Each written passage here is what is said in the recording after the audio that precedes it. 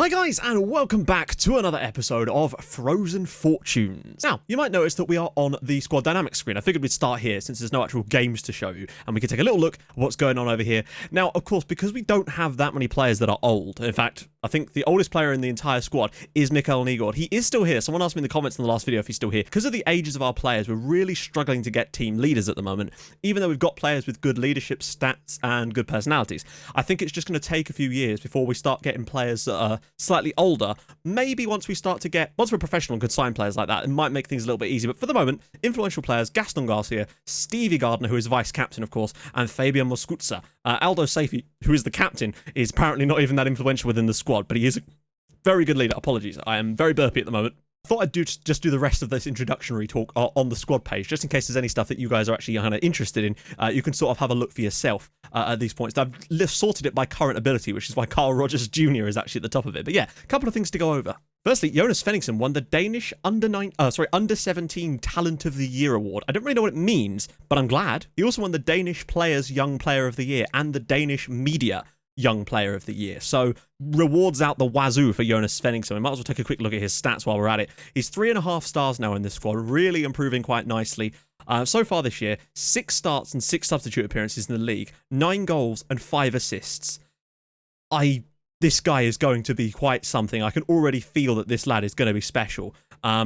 He's on a 2-year deal at the moment. We might try and extend that further in the summer, get him on a key player contract and really get him on a big deal so that if anyone does come in, they're going to have to pay through the nose. Now, over that period of Christmas, we brought in 90 players. They came in, in one go, and there was a few more scattered throughout, but there wasn't a lot of quality. I've signed up a couple. There were a few Argentinians that were of a relatively similar level, but I signed these guys up just to sort of flavour the squad up a little bit, and you'll understand why in a sec. So the first of which is this guy, Tom Roastbacon, but I'm going to call him Roast Bacon because how can you not call him Roast Bacon? He's an Australian advanced playmaker. He's got a fairly professional personality. I am training him to play a bit deeper, but I figured he was worth signing up just because he's got the good first touch. His passing isn't amazing, but I signed him up almost exclusively for the name alone, unfortunately. But I just figured, you know what? Funny name players are sometimes all you need. He's signed from FFA Co. So that's the good Australian academy. There's always good players coming through there. The other is possibly a player that's a bit more usable. Yet again, another Australian, once again come through FFA. This is Simon McGarry Watson, which is a great surname. He's a central midfielder, 2-star at the moment. He's a realist, so I'm not really sure whether that's good or bad. That's one of those personalities I don't see very often. Looks for pass rather than attempting to score and does not dive into tackles. I'm all right with that. He's got good first touch, marking, passing, fairly solid, good leader on the pitch. He's fairly determined, great teamwork, his work rate. He looks like a good little workhorse in the midfield, so I figured give him a contract, get him in, purely because there wasn't that much there, to be perfectly honest. The first of which is Ivan Peric, our young Croatian. Didn't really want to let this guy go. He's looked good when he's played for us, only off the bench, but he scored goal, and got a decent number in the reserve games. But he drew the attention of Reading. They came in, put a bid, and the moment that I rejected the bid, he was like, no, I want to leave, and there's nothing I could do to convince him to stay. Very, very annoying. So we did sell him to Reading. He's gone for, how much has he gone for? I actually don't know how much he's gone for. He's gone for, oh, there we go. He's gone for 2.5k plus the 50% of next sale clause. So we've got the 50% clause, and that's what I'm really interested in getting. The money up front really doesn't matter so much anymore. Now, the eagle-eyed among you might have noticed that Sergio Santos suddenly said he was on loan, and he is. He's on loan from Bayern Munich. He got bought from us by Bayern Munich. Now, I actually probably could have not sold him to Bayern Munich. But when a team like Bayern Munich are interested in your player, which is the biggest club that have ever come in for one of our players so far by an absolute country mile, I figured, you know what? Maybe there's something to get. We can get something from them in this. Now, the deal itself is actually only worth 1.2k up front, but we've got a 50% of next sale fee clause, and most importantly, or not most importantly, but more important than the transfer fee, is that we've got a friendly against Bayern Munich. And I believe that if we can schedule that right in the summer, get it done early, we could sell out our stadium with £10,000 and make like 90 grand in gate revenue, which would be so good. So that actually means this transfer is going to net us like £90,000. So I'm pretty pleased with that. Plus, if he actually does become something at Bayern Munich, his value is already 125 grand. We get 50% of whatever they sell him for. So that could really benefit us down the line. And the final player that's left is the man who saved us against Silkeborg, Jose Angel Gonzalez. But Nottingham Forest came in. They said, we'll give you 800 quid for him. We'll give you the 50% of next sale fee clause, and we'll give you a friendly as well. And I thought, you know what?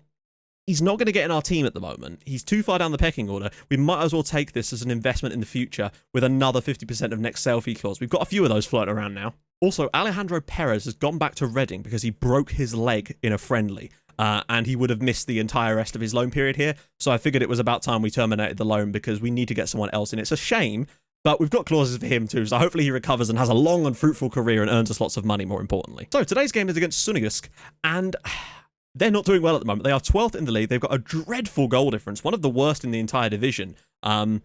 So we're actually the favourites here. And I do wonder if there's something in this game for us. If we could win this one, there's a real chance of us making a crack at somehow getting into that championship group in the first season as a semi-professional side. I don't know where this has come from, but we really do seem to be picking up points against the big sides. And hopefully we can do that against the little sides by just throwing everything we can at them. That's the plan anyway. Right, so lineup for today. Gardner, Bravo, Svenningsson up top. Same as always, basically. Kowalczyk and Santos in the middle. I don't really think, I mean, Toure has now signed a contract, and it's a big meaty boy too. So hopefully we can move him on, get some money for him as well. Maybe slip in a nice little clause into his contract as well. I don't know how we're going to do that. I really want someone to come in and place a bid for him, but it's really difficult because I don't really want to transfer list him because then teams can put in those stupid non-negotiable bids. That's what I found in the past with transfer listing players anyway. Kowalczyk and Santos in the middle, Rogers Jr., Moscuza, Saifi, Augustin, and who's going to be the player on this new wing? Oh, we've also got this guy called Vladimir Ljubicic, who might be good for that role. He's on an amateur deal at the moment. He's a Serb, but Canadian Serb. Fitness levels aren't amazing for him at the moment. We'll go with Nicky Rowland for today. Oh, the links are back. That's really weird. Okay, I don't know why that happened. And Castaneda in goal. On the bench, Garcia, Julian Ruddy, Yusuf Traore, Dan Yazzie, David Garner, Simon McGarry-Watson, and Saint Brendan. People were wondering where Brendan went. He is still at the club. It's just he's fallen down the pecking order, and I'm not entirely sure if I should renew his contract in the summer. Let me know in the comments, should we renew St. Brendan's contract or not? Or will it depend on how much he wants? Ever since I've been doing this, someone told me to do this against Marion List that time, and it worked so well for us. I don't think it's ever not worked for us, so far anyway. I'm also going to type mark both their wingers, because I just want to, and everyone's a wide midfielder. Let's get into things. So, question of the day, and today's question is this. What is your earliest memory of football? Mine would be the the 1998 World Cup. Probably David Beckham's free kick against Colombia. We've got a booking inside 20 seconds. Well done, Pavel. Yeah, David Beckham's free kick against Colombia in the 1998 World Cup is probably my earliest memory of football. Let me know yours in the comments, and if you have any ideas for a question of the day, drop those in the comments too with the hashtag QOTD. Out wide. Oh, okay, that wasn't great play there, really, was it? Maybe. Oh, good. Behind after 6 minutes against SecondYellowCard there, and they thoroughly deserve it. Mikhail Ura with the goal. Come on, these guys are bottom of the form table. We have to be doing better than this. Don't know what that is from Rogers Jr.'s there. I thought we'd blocked the initial strike, or Saifi headed this clear, but then, like, you shouldn't be letting him get to that header. We've got 3 centre-backs, guys. Come on. Right, come on, let's get a goal back straight away. And oh no, I thought we'd lost the ball there. Kowalczyk cleared away. Rogers Jr. should be able to win this in the air. It's one of his many benefits to being him. Oh, for goodness sake. Right, win it. Make a tackle! What part of... Right, we might have to go to get stuck in. Because for some reason, the players aren't... Okay, they're not making tackles. They're standing next to the players, but not actually putting a tackle in. So perhaps we do need to get stuck in. Why does this menu never work? Get stuck in. I think we need to close... Maybe go a bit higher tempo as well. Because for whatever reason, they seem to be getting into the positions to make tackles, but they're not actually making the tackles. We've offered nothing in this game so far. I don't know why. We just seem to have these weird swings of being good or bad. Maybe we should go to counter-attacking, but that makes no sense to try that against a team who are better than it. Gardner, Rogers Jr., up the field. Right, win that. Or don't. This Ura guy is really... Oh, for goodness sake. What was that? 2 different players just failed to actually make a tackle on him. I mean, I don't know what you can do about that tactically. Look at this. One player comes across, just walks past him. Second player comes across, walks past him. It's like it's just given them a goal. Nobody tracks the runner, and it's 2-0 to SecondYellowCard. Thoroughly deserved, but what the hell are we doing? That was shocking. Absolutely disgusting play. This is as bad as it was against Silkeborg. It really is. Maybe we shouldn't close them down more. Maybe we should switch to counter. Turn it off and get stuck in. Much higher tempo. Play on the break. I honestly don't know. It's so weird. sometimes the game's just, I mean, maybe it's just sometimes your team is just not going to perform. That is always a factor on FM as well. No matter how good your tactic is and how well that you've set up, sometimes the team just won't perform. Maybe this is just one of those days. Who knows? Santa. Svenningsson actually does all right there. We've heard nothing from any of our strikers so far today whatsoever. Not had a single shot on target. Nothing of note. Olbeck, ball in. Ura somehow still gets across. That's probably one of the worst first halves of football I've ever seen from this team. Like, I don't even know what to do at this point. Like, analysis? Let's have a look. They're not particularly great, but we're just doing nothing. None of the players are doing anything. This tactic that they play usually is very weak against us. So that's what I'm a bit confused about. I mean, obviously, there's other aspects to their tactic. It's not just that one thing. Do we just go all out for the second half? I've done this before. I actually did this against Midtjylland in that game. I know we lost, but we looked so much better when I did this. I know it's completely, like, out of what you'd imagine we should be doing at this point, but we're 2-0 down. We've got to do something here. Let's have this. For some reason, they've changed to go 4-4-2 in this second half, even though what they were doing in the first half was working an absolute treat. I don't understand why they've done that. Hopefully, that comes back to bite them in this second period. Going to move Augustin back into the back three. Give us a little bit of extra bodies in that area. We've got a lot of bookings in this game, and if we're not careful, we're going to end up getting a red card or something. Ball in. Cleared away. Nobody's doing anything. They just seem... None of the players seem to even be bothered today. They have been shocking. I'm running out of things to say about it, to be honest. Nothing I do is making any difference to the team. It's just one of those days, I think. They just seem to have completely not turned up. I understand that maybe the fitness levels could be a little bit lower due to the fact that, obviously, as a semi-pro team, it's harder to get our fitness levels back. Bravo, we'll just lose the ball. Every single good player on the team has just suddenly forgotten how to football. Look at this! We're just letting them walk through us. I don't understand why they can't even make a simple fucking throw-in. Like, there's a player directly in front of them, and they just throw it straight to the opposition. Like, that can't be... Oh, just round the post. SecondYellowCard deserve everything from this game, and we deserve nothing. Overload? Like, what? I don't even know what to do at this point. Nothing we do is make... Let's go really, really pushing high up. That will definitely make a difference. At this point, it doesn't matter what we do, does it? Although we should probably make a substitution, because no one's done anything. Gardner's been shocking. We'll get Yazzie on. Zahidi's injured, which is a pain. We're going to get McGarry Watson in as well. And screw it, you know what? Brendan O'Neill. He's a player that knows how to play. He's a player that plays with heart when he's on the pitch. Maybe he'll show him a thing or two about what playing for this team actually means. Brendan O'Neill has won a penalty within seconds of being on the pitch. Thank you, Brendan. Praise be. Mariano Bravo has a very good penalty record. I don't think he's missed one yet, which means he'll probably miss this one because of the way this team's playing. Wow, we actually scored. Well, we have scored in every game so far this season, so that's keeping that one up. B67 1, SecondYellowCard 2. Brendan O'Neill was on the pitch a matter of seconds, and he's already won us a penalty. Well done, Brendan, you lad. Okay, nothing's happening at all in this match at the moment. I'm going to push McGarry Watson onto attacking and move him up here as well, because, you know, it's one thing we need is more players further forward on the pitch. Move Augustin into midfield as well. I don't know anymore. I think this game's probably done for us. The fact that we're even within a chance of actually somehow taking anything from this game is utterly amazing. Bravo. Knocked down. Kowalczyk. McGarry Watson. Out wide for nobody. You had players there. You just didn't bother to look for them. Safety. Oh, for God's sake. Over the top. McGarry Watson with space. Bravo's through, you know. Augustin. Brendan O'Neill. Oh, my God. St. Brendan with a chance to equalise for us. Imagine if he'd scored there. I think the limbs would have been out the window if he'd scored a goal right there. Metz. McGarry Watson. Bravo. Brendan. Oh, he's not got the pace to get on that, surely. And that's it. 2-1. I mean, what a load of shit.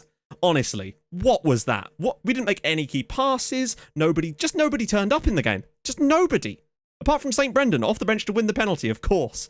God, what a joke. Right then, guys, we are back on the day of the game away at Lyngby, who are our direct rivals underneath us. It's really... I don't think we're going to get in the championship group. I really, really don't. But the thing is, all the games we've got left are against teams that are below us in the league. So if we could just pull our finger out of our asses, we might have a chance of getting in there. But performances like that in the last game, I mean, what?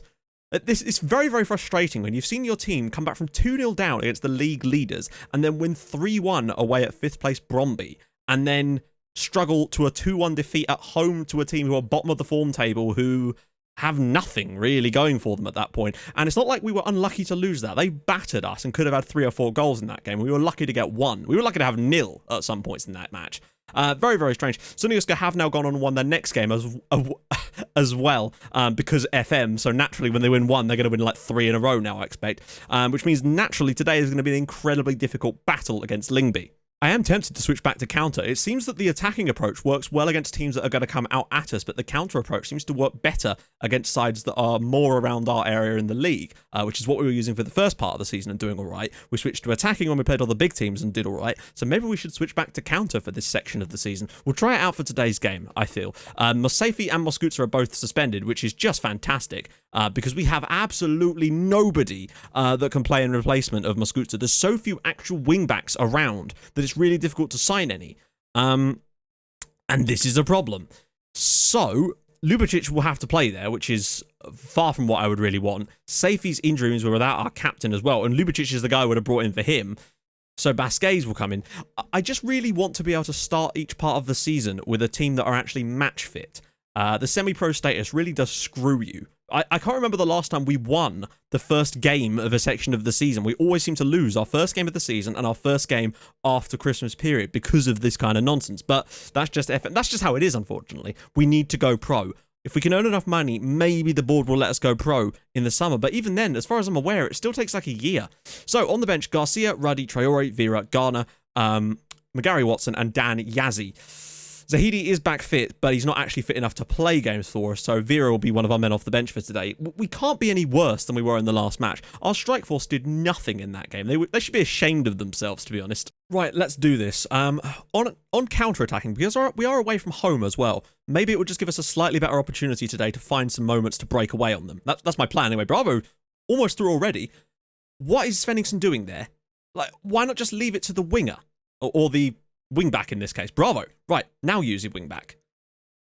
They don't trust Ljubicic. It's almost like they don't trust him to give him the ball. Ljubicic, he's going to struggle today so much. I can already feel it. Castaneda, dinking out into midfield to absolutely nobody. Seedorf, Basquez, right, here we go. Counter-attacking time. Svenningsson, round the side for Bravo. Bravo's through. Saved by Leith in goal, but that's something we didn't see in the entirety of the last game, was that type of football. Nielsen, out on that wing. Norman, they've got a few players with a little knock or an injury or two. Ljubicic, just knock it back. Castaneda, into the midfield.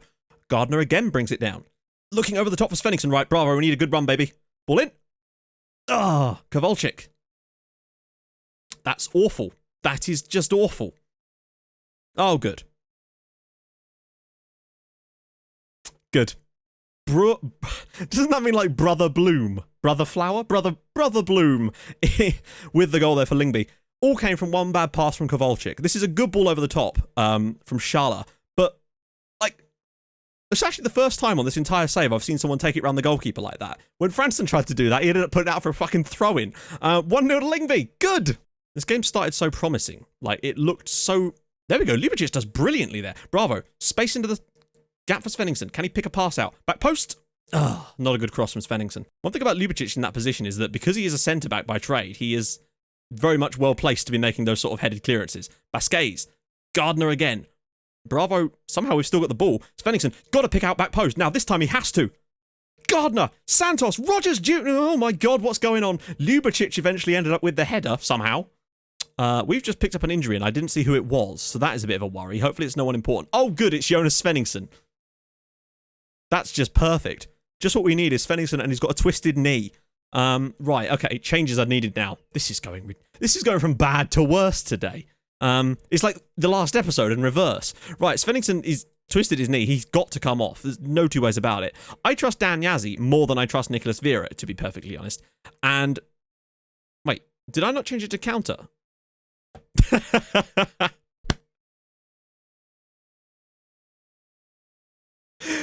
Oh, God, I'm an idiot. I didn't even change it to counter. Maybe we should change it to counter-attacking and see what happens.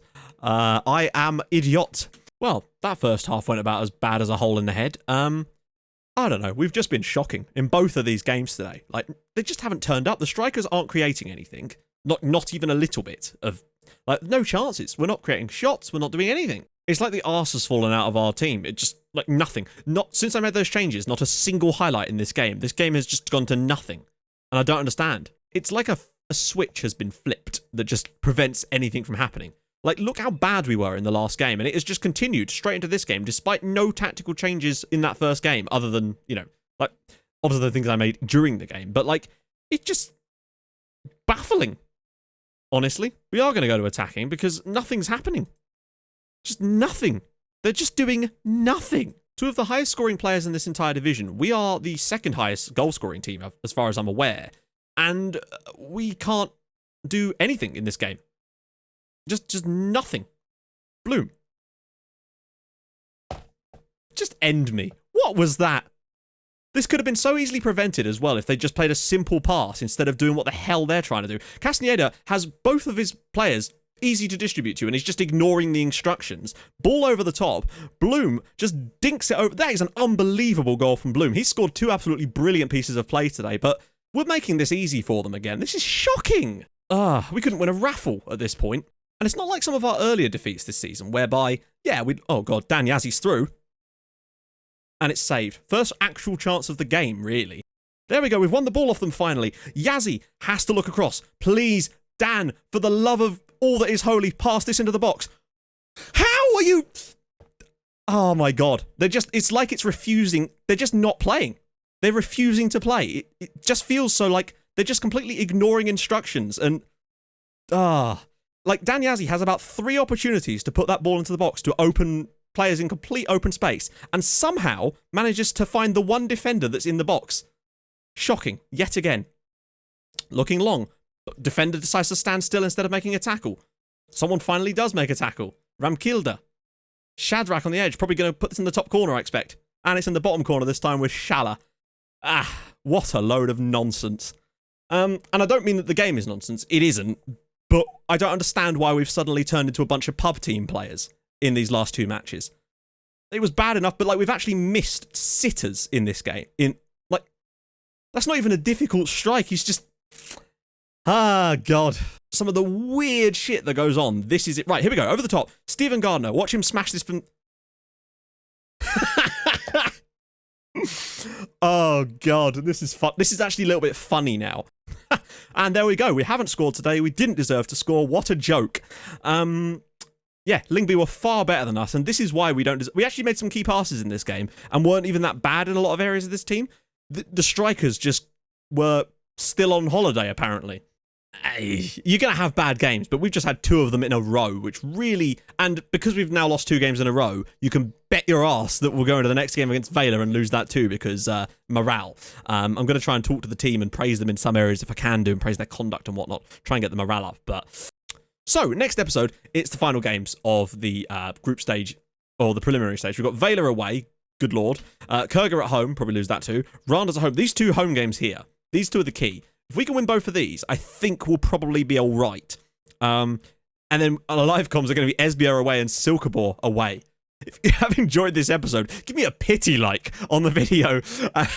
And if you're new to the channel, hit subscribe. And hopefully we won't lose in the next video that you do watch. And I'll see you guys in the next episode for the final games of the Superliga preliminary stage. Maybe there'll be something on the line, and maybe there's still a chance of us getting in the championship group.